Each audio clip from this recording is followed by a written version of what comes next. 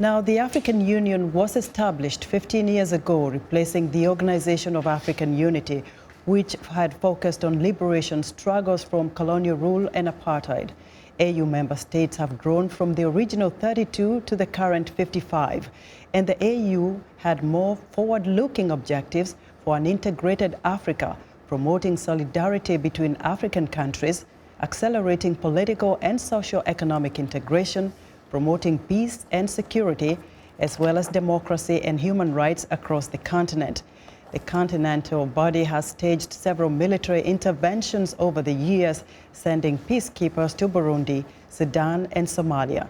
It's based in Ethiopia and has a decision-making assembly made up of heads of state and government and a representative parliament seated in South Africa.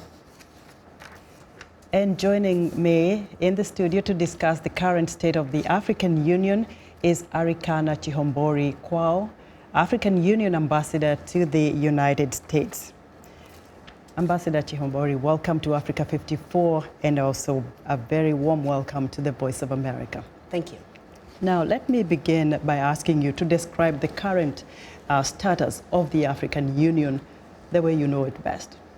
Well, let me start by always giving the history of the African Union, a very brief one. I know we don't have time. The first ever known union of any African states occurred in 1958 when Kwame Nkrumah, in his efforts to assist Guinea and Mali, who had been left in a very devastating economic situation by the French, he created the first ever known union of any African states, which was Guinea, Ghana, and Mali. As you know, the history, when the French were liberating their colonies, they gave them two choices. You can either be free with no attachments to France, or you can be free with some attachments to France. The rest of the Francophone countries elected to stay linked to France in some ways.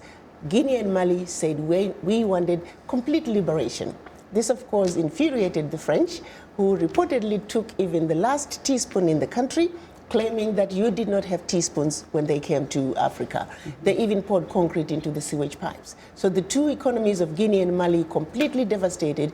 Kwame Nkrumah, then president of Ghana, elected to help these two economies by creating the first union, which was Ghana, Guinea, Mali. Mm-hmm. A few years later, another group assembled in Morocco. And a few years later, another group assembled in Ethiopia. By 1963, Kwame Nkrumah decided to try and unite all the groups that were sprouting out in Africa.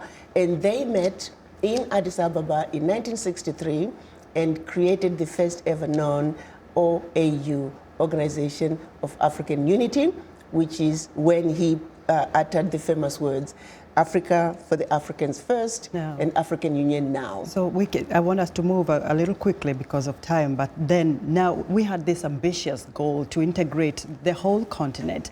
But how well positioned is the African Union Commission to achieve this very ambitious goal to integrate the African continent and the African peoples? Well, I have to tell you, Africa is evolving. And like I was telling you, the history from the OAU to the AU in 2002 to where we are today. The African leaders recognize the importance of Africa uniting. Regional and continental integration is an absolute must. Let's take it to present day. The US is talking about cutting aid to Africa. We're also working towards being free of aid. Regional and continental integration is the answer to that problem. Now, you talk about the U.S. talking about cutting foreign aid, but also looking at the new administration in the United States and also the new leadership in the African Union. How would you describe the relationship between the two right now? Well, I think Africa and the United States have enjoyed a very good bipartisan relationship. People need to understand that when you look at the U.S. budget, only 1% of the U.S. budget is set aside for aid to all the countries in the world. So whatever amount we are getting is a very small portion of the overall U.S. budget. However, it is also important that we recognize, and we already are, and the leaders are recognizing the importance that Africa is the richest continent on earth.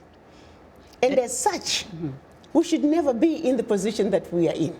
So now, regional and continental integration are pivotal to the development of Africa, recognizing our own and utilizing our own natural resources. Ambassador, let me bring you to the current events in the continent. We have seen in the past 1 year the youth of Africa risking their lives going to Europe to seek a better life. And now when it comes to a crisis like that, and the crisis that we have in the Horn of Africa of drought and famine, how is the union, I mean, how do you describe the union of the continent in coming together to quell a crisis like this?